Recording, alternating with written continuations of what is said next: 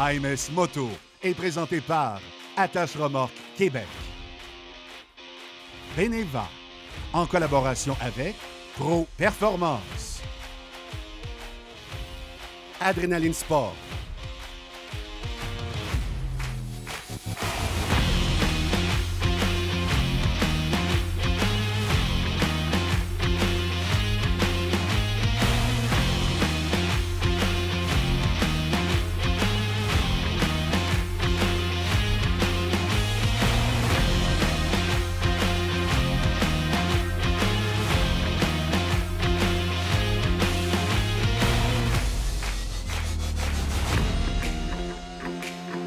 Bienvenue à nouveau à AMS Moto. Plusieurs personnes d'un âge avancé décident de revenir à la moto et souvent, le Spider est leur choix. On va essayer une Ryker cette semaine. On va faire le tour du propriétaire. Vous allez voir, c'est intéressant. Vous allez comprendre pourquoi elle est si populaire. Plusieurs commencent en moto avec une Yamaha R3. Pourquoi? Là aussi, les réponses s'imposent dès qu'on examine la machine.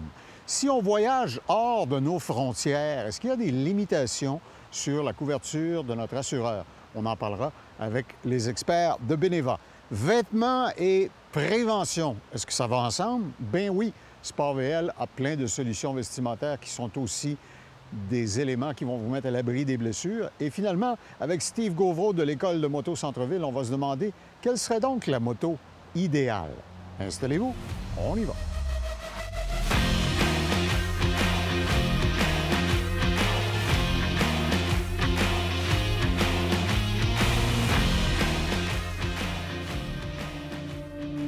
Dans le vaste auditoire d'AMS Moto, il y a des gens qui font de la moto depuis des décennies et il y en a qui veulent commencer à faire de la moto. Nous avons avec nous aujourd'hui sur le plateau, en compagnie de Joanne Planck de Pro Performance, une Yamaha R3.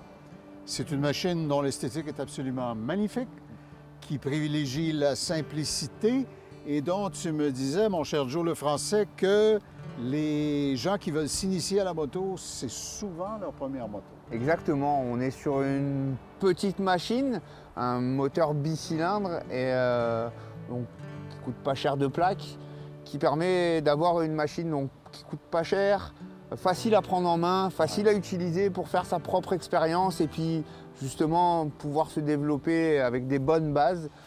C'est la machine par excellence. Croyez-le ou non, c'est une 300 cc. Oui. Qui est très nerveuse. On le voit juste quand on l'entend tourner. Là. Quand Joe est arrivé sur le plateau, je me suis vite rendu compte qu'elle était bien calibrée.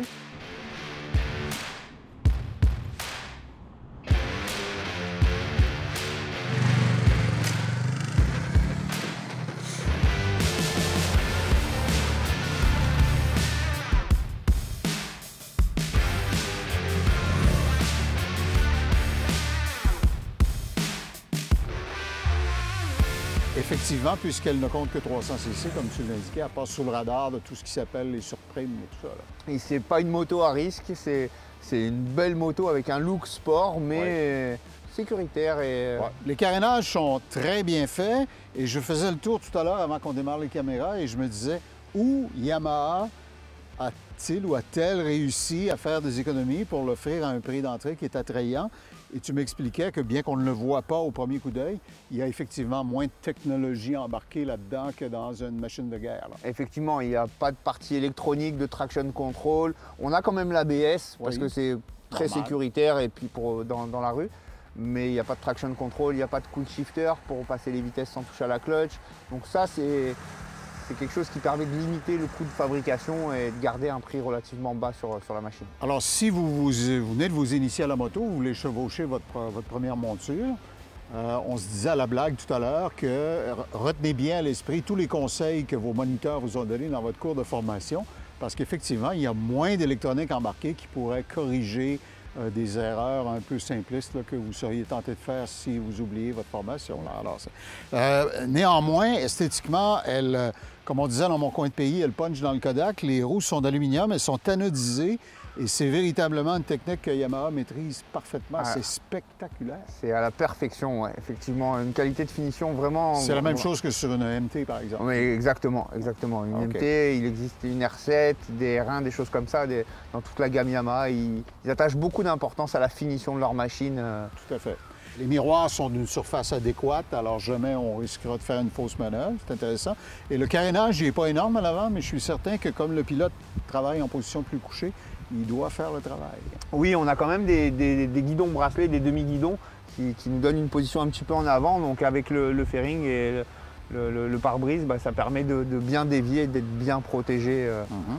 Puis il y a la place à l'arrière pour un passager. C'est encore une fois, c'est pas grand comme le Texas, mais elle est sculptée puis elle n'est pas trop ferme, cette selle à l'arrière.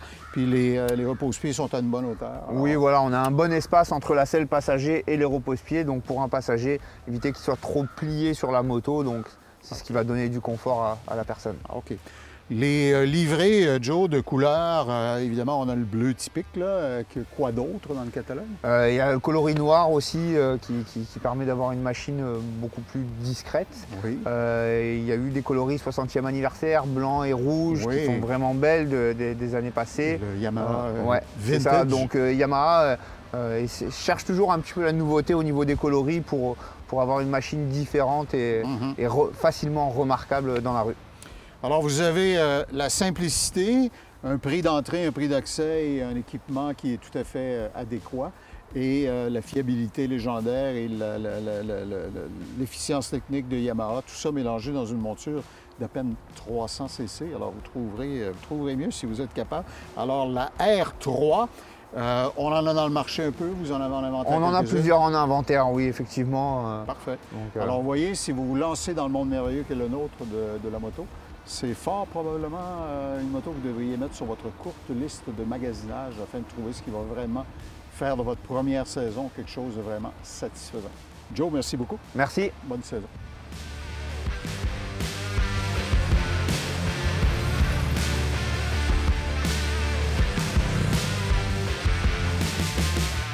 Cet essai routier vous a été présenté par Pro Performance.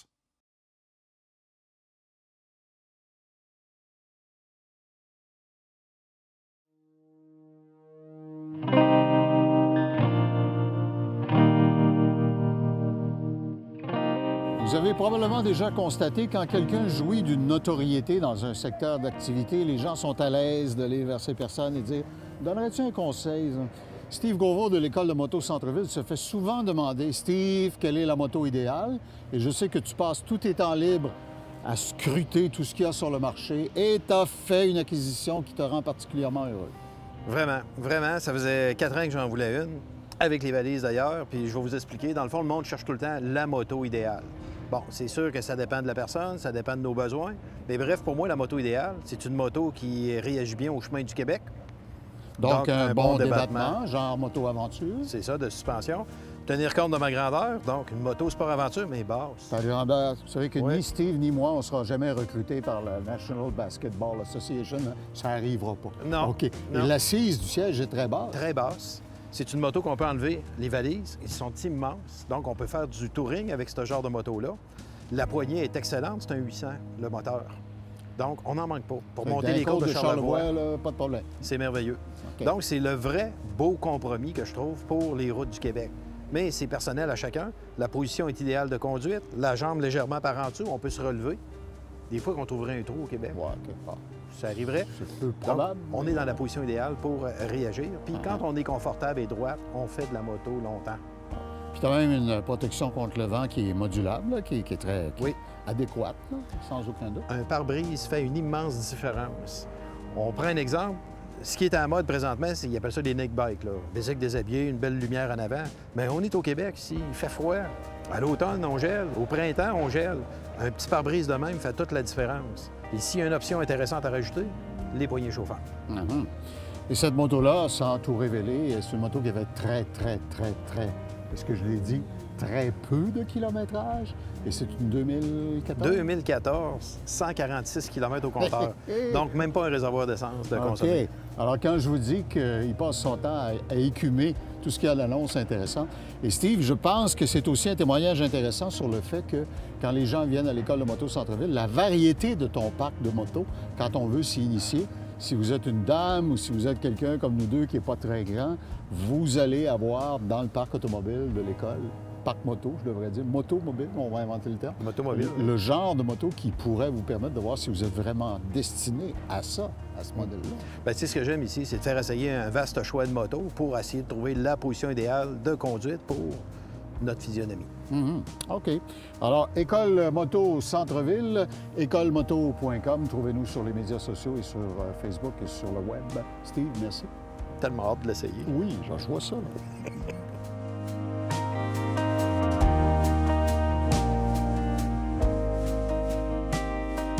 Cette capsule vous a été présentée par l'École Moto Centre-Ville. La technologie et la moto sont des proches parents. Je suis avec Jean-Luc Bouchard chez Sport VL au magasin de Jonquière, magnifique par ailleurs. Jean-Luc, tu m'as déjà parlé de Léat. C'est une marque qui trouve ses origines dans un médecin spécialiste des soins pour les grands athlètes qui se blessaient.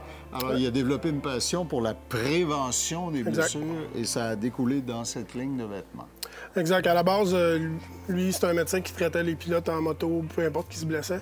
Il disait « Ah, mais si tu aurais eu tel type d'équipement, tu n'aurais pas eu le même bris, ça aurait été moins long, là. Okay. Fait que M. Léat, comme tel, lui, a parti sa marque à la base pour la sécurité des pilotes. C'est sûr que là, c'est rendu élargi, là. Oui, je comprends. Mais ça découle de ça. Clairement, il y a de la technologie. C'est hyper léger. Ce qu'on a sous les yeux, c'est le modèle 4.5, oui. C'est ça. Qui est en Hydra Dry. Oui, 100% imperméable. Wow. Comme tu vois, c'est un genre de gros shell qui permet de faire de la moto de route ou hors route. Couture scellée au complet, TP à l'intérieur. Tu vois vraiment que le détail est là pour que ça soit vraiment 100% imperméable. Absolument super léger. Puis ça peut même intégrer un collet cervical. Exactement. Eux autres, t'as genre de neck brace qu'ils appellent, là, un genre de gros truc en plastique pour empêcher de se casser la colonne. Exact. Ouais, OK. Même le vêtement imperméable est fait pour le mettre. OK. Donc, ça, si c'est si léger, c'est que c'est l'enveloppe extérieure. Et voilà. Puis on peut choisir de mettre à l'intérieur le niveau de protection qu'on veut. Tu as une armure ici qui est assez spectaculaire, d'ailleurs. Oui, bien c'est ça. C'est carrément une armure que tout est fourni, que tu vas enfiler ça un peu comme une veste. Une sous-veste, en fait. Tu as même la ceinture dorsale, à la base, qui est amovible aussi. Ça, c'est fait pour être mis en dessous d'une veste comme ça. Si la personne veut avoir toutes les protections plus près de son corps, ça augmente la mobilité. Si tu veux quelque chose de plus léger, moins expansif, ça peut loger aussi. Et voilà. C'est vraiment un choix, là. La plupart, c'est pour ça qu'elle n'en a pas, parce que les gens décident de mettre soit ça ou de ne pas en mettre du tout. Il y en a qui décident ça pareil. Je comprends. Derrière nous, une autre Léat, la 5.5 Enduro. Oui, le modèle 5.5.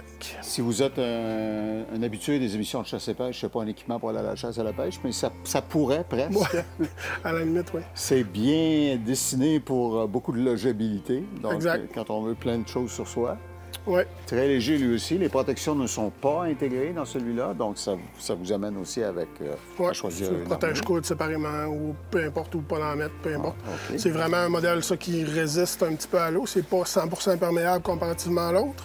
Tu vas avoir les protections aussi pour l'intérieur des jambes, pour les silencieux qui sont proéminents ou des choses comme ça. Ensuite, les manches sont même amovibles pour eux autres. Donc, ça fait une veste. Si c'est plus chaud, ben tu es capable de carrément dézipper les côtés. Puis comme c'est du enduro, évidemment, la tâche pour le collet cervical est là. Le truc, là, tu vois vraiment qu'il y a la place faite pour ça. Puis dans l'emballage, ils fournissent comme le truc pour le recouvrir aussi, quand tu n'en as pas. Alors, Léat, on aura appris des choses aujourd'hui, comme toujours, avec Jean-Luc. Ça fait partie des marques de pointe qu'on trouve chez Sport VL, le site web sportvl.ca. C'est la meilleure façon de pourvoir votre sécurité avant de vous lancer sur la route cette année. Jean-Luc, merci. Bonne saison. Merci à toi.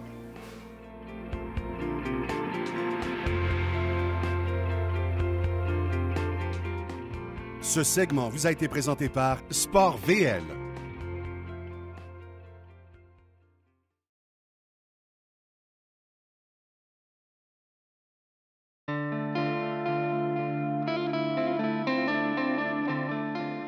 Un des aspects les plus intéressants d'être à l'animation d'AMS Moto, c'est qu'on côtoie des vedettes. Vous connaissez ces gens-là, ce sont des vedettes de la télévision.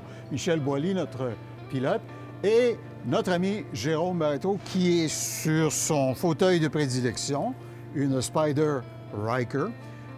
Tu nous avais expliqué, Jérôme, que la venue du Spider correspondait au désir de créer une moto qui répondait à des demandes beaucoup plus pointues de certains de vos clients. Et je pense qu'on peut dire qu'ils ont vraiment atteint la cible, là. Oui, tout à fait, oui.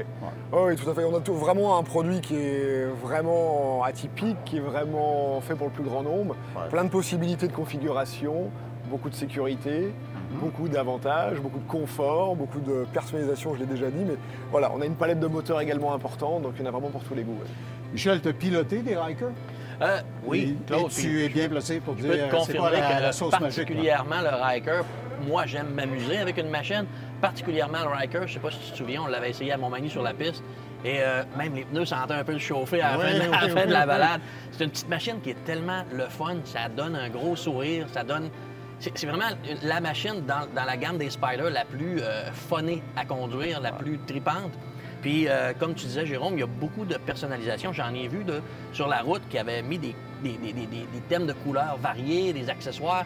C'est vraiment beau, puis le fun de voir les gens qui trippent là-dessus. Puis, autant hommes que femmes, autant pour commencer que pour quand ça fait plus longtemps, ça s'adresse tellement à tout le monde que c'est ça la beauté de ce type de machine-là. Pour parler latin, plusieurs commentateurs disaient c'est la badass des Spyder. Tu sais, elle est plus minimaliste, ça fait plus malin un peu.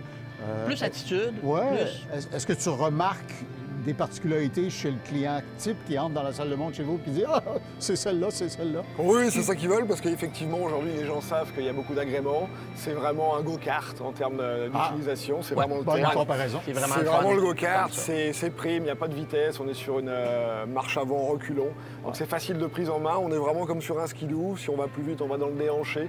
Donc on va avoir beaucoup de sensations si on a envie. Puis le gros avantage, c'est qu'on va être capable d'ajuster l'électronique en fonction de son humeur et de son envie, puis d'ajuster les suspensions également selon le modèle de Ryker entre son humeur et son envie là aussi. Tu me disais avant qu'on démarre nos caméras que cette année, s'il y a des changements, ce sont des changements surtout esthétiques et évolutifs. La recette est, somme toute, tellement parfaite qu'ils n'ont pas changé grand-chose. Non, tout à fait. Donc on avait fait une grosse évolution sur le Ryker Rally sur lequel je suis assis là. Donc je suis très bien assis d'ailleurs avec une selle confort qui avait été rajoutée. On a de l'ajustement de suspension à l'avant, donc sur 4 positions. On peut durcir, assouplir. Tout comme le siège arrière, enfin la suspension arrière, pardon, on peut l'ajuster également sur 4 positions. Cruise Control qui avait été rajouté également. Donc ça, c'est une belle chose qui avait été rajoutée à ce niveau-là. Des mags qui rappellent le rallye aussi de l'époque, mais on peut les avoir sur d'autres coloris aussi. On peut les avoir noirs par exemple. L'éclairage ADEL complémentaire en avant, puis une grille de protection, avec également du pré-filtre. Pourquoi? Parce que comme le nom l'indique, mode rallye, on va être capable d'aller plus dans la gravelle et justement d'adapter l'électronique par rapport à ça. On va le rendre plus permissif, on va pouvoir envoyer la roue arrière comme on a envie, etc. Je vois la plateforme de montage derrière toi, qui sert un peu de garde-boue en même temps.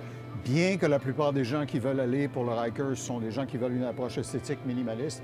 Solo. Il y a quand même beaucoup d'accessoires que tu pourras rajouter si tu décides de l'habiller un peu. Tout à fait, on installe beaucoup après derrière de sièges passagers. On va rajouter après des plateformes pour rajouter du rangement, rajouter une valise latérale également.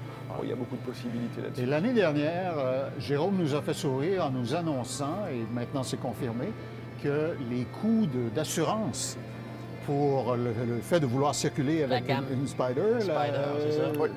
on a comme réajusté le portrait, c'est encore plus attrayant. De par le côté vraiment sécuritaire du produit, du fait que ce soit un 3 roues, ça a permis de baisser énormément les tarifs. Donc on était précédemment dans les 700 $, là aujourd'hui on est passé dans les 200 environ. Tout comme les tarifs d'assurance, là encore moins d'accidents, donc derrière ça permet d'avoir... Alors ne dites pas que Spider ne fait rien pour vous aider dans la lutte contre l'inflation, c'est vraiment une manifestation. Et je vois... Jérôme est un gars, son humilité va le perdre, mais je vois sur son chandail gagnant national Can-Am sur route 2022. Oui, tout à fait. Qu'est-ce que ça veut dire? On est très fiers d'Adaline Québec, donc où je travaille. On a fini premier dealer au Canada au complet. Wow! C'est bien ça. Oui. Au Canada au complet. Tout à fait. Alors, s'il y a une chose qui démontre bien l'histoire d'amour entre les Québécois et leur Spider, la Ryker en particulier, ce monsieur est bien placé pour nous en parler. Alors, passez les voir. Il y a plusieurs succursales, d'ailleurs. Tu partages la gloire, mais avec d'autres collègues. Tout à fait. Donc, Québec, d'où je fais partie, Clermont, Saint-Georges, Montmagny, puis TY Moteur à Lévis et Saint-Raphaël. Jay. Jérôme, merci. Merci. La saison est courte, profitez-en. Ce segment vous a été présenté par Adrénaline Sport.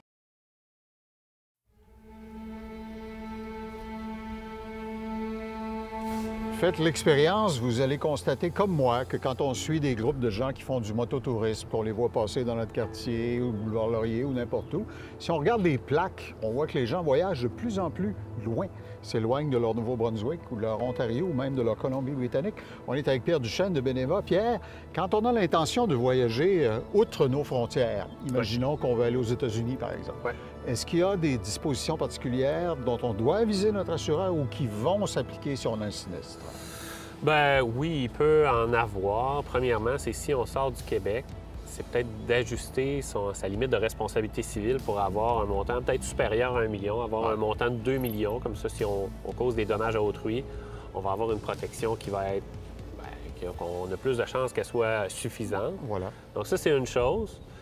Chez Beneva, on offre gratuitement pour toutes les assurances de moto l'assistance routière qui est sans frais, qui est partout au Canada et aux États-Unis. Ah oui? Donc ça peut être intéressant justement quand on est en... Bien, évidemment, plus on fait de route pendant longtemps, plus on s'expose peut-être à avoir des pannes, des avaries. C'est logique. Oui, OK. Et si on a une réclamation, bien, il y a des... Bien, s'il y a un sinistre, il y a des avenants qu'on peut ajouter au contrat pour, par exemple, venir couvrir des frais additionnels de subsistance. Ou si je ne veux pas rester pris à fond du lac Wisconsin, par exemple, puis je veux prendre une moto pendant qu'on répare la mienne. Ça, c'est une chose. Ouais. Ça, c'est un autre avenant qui est aussi disponible. Mais plus, je dirais, ce que je voulais dire au départ, par exemple, si ma moto doit être réparée pendant quelques jours, bien, c'est des frais d'hôtel qu'on n'aurait pas payés en temps normal. Tous les frais additionnels qu'on n'aurait pas payés en temps normal pour attendre la réparation de la moto, bien, ça, c'est un avenant qu'on peut ajouter sur son contrat d'assurance, puis ça ne coûte pas tellement cher. Puisqu'on dispose de tes connaissances, il y a je ne sais pas si c'est une légende urbaine ou si c'est vrai, on nous dit souvent que on ne peut pas franchir la frontière entre les États-Unis et le Mexique avec un véhicule moteur, que c'est compliqué au niveau des assurances. Est-ce que c'est vrai? Bien, c'est juste que les contrats d'assurance au Canada et au Québec couvrent seulement le Canada et les États-Unis. Donc, à partir du moment qu'on traverse le Mexique, on doit avoir un assureur... Mexicain? Mexicain. Oh oh! Donc, soit qu'on prend l'assurance aux douanes ou on prend une assurance auprès d'un courtier qui a déjà des ententes avec un assureur mexicain. Donc, il faut se prendre d'avance ou arriver à la dernière minute aux douanes et... accepter de débourser. Accepter de débourser, qu'est-ce que ça pourrait coûter. Je vois. OK. Alors, si vous voyagez, vous êtes au long cours, bien, voyez, parlez-en à votre conseiller bénévole lorsque vous contactez votre assurance. Il va vous guider, il va vous aider à bien choisir les protections, comme Pierre vient de les évoquer. Alors, bon voyage, mais on n'ira pas au Mexique. Qu'est-ce que tu veux? C'est la Merci, vie. Claude. Ce segment vous a été présenté par Beneva, les gens qui protègent des gens. C'est déjà fini, mais bonne nouvelle, la semaine prochaine, on va vous présenter 2 motos extrêmement performantes. La Suzuki GSX-S en 1000 cc, tenez-vous bien après les poignets, et la Triumph Trident. Voilà pourquoi on se plaît à dire qu'AMS Moto, c'est le meilleur menu moto à la télé. Bonne semaine.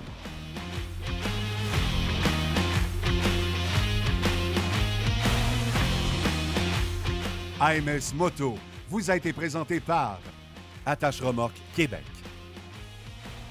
Beneva, en collaboration avec Pro Performance.